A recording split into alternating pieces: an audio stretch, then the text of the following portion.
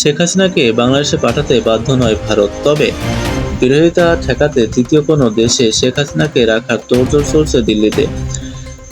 গত শনিবার ভারতের আনন্দবাজার পত্রিকায় এই খবর প্রকাশ করেছে।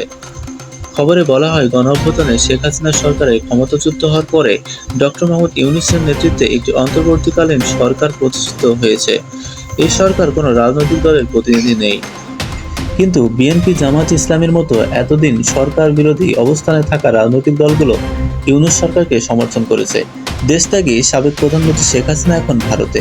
প্রশ্ন উঠেছে, বাংলাদেশ সরকার প্রত্যর্পণের আর্জি জানালে ভারত কি শেখ হাসিনাকে ঢাকার হাতে তুলে দিতে বাধ্য? বাংলাদেশ সরকারের পক্ষ থেকে এখনো সাবেক প্রধানমন্ত্রীকে প্রত্যর্পণের কথা দিল্লিকে বলা হয়নি, কিন্তু আগের সরকারের সব কর্তব্যকীর্তি কূটনৈতিক পাসপোর্ট বাতিল করায় হাসিনাও সেই রক্ষাকবচ হারাচ্ছেন। সাথে তার বিরুদ্ধে একের পর এক মামলা করা হচ্ছে, যার অধিকাংশই হত্যা ও গণহত্যার মতো গুরুতর অভিযোগ করা। এই পরিস্থিতিতে হাসিনাকে প্রত্যর্পণের দাবি জানাচ্ছেন বিএনপি মহাসচিব মির্জা ফখরুল ইসলাম আলমগীর।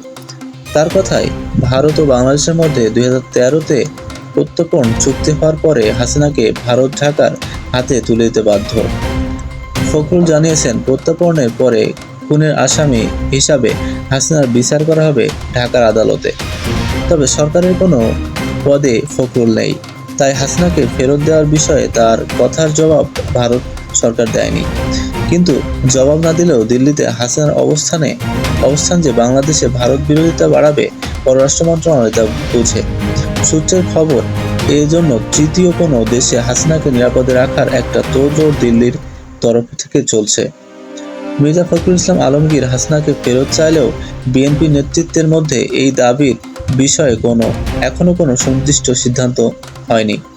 বিএনপি নেতৃত্বের একাংশ মনে করেন, হাসিনার প্রত্যর্পণের মতো রাজনৈতিক সিদ্ধান্ত অন্তর্বর্তী সরকারের নেয়ার কোনো কথাই নয়।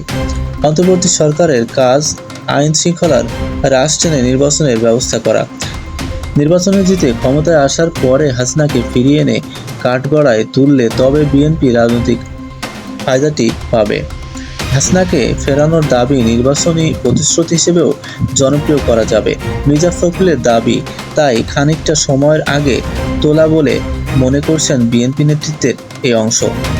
তবে হাসিনাকে ফেরত দেওয়ার বিষয়ে 2013-এর প্রত্যর্পণ চুক্তির তেমন কোনো গুরুত্ব রয়েছে বলে মনে করছেন না ভারতের পররাষ্ট্র মন্ত্রণালয়। এই চুক্তি করা হয়েছিল দুদেশের মধ্যে উগ্রবাদী, পাচারকারী ও চোরাচালানকারীদের প্রত্যর্পণের উদ্দেশ্যে। 2016-তে এই চুক্তিতে বেশ কিছু সংশোধন আনা হয়েছে। কোনো দেশ যদি মনে করে রাজনৈতিক কারণে কাউকে প্রত্যর্পণের দাবি জানানো হচ্ছে, তবে তারা দাবি মানাতে বাধ্য। Desk report, Mohammad Taiyabur Rahman, Bangladesh today.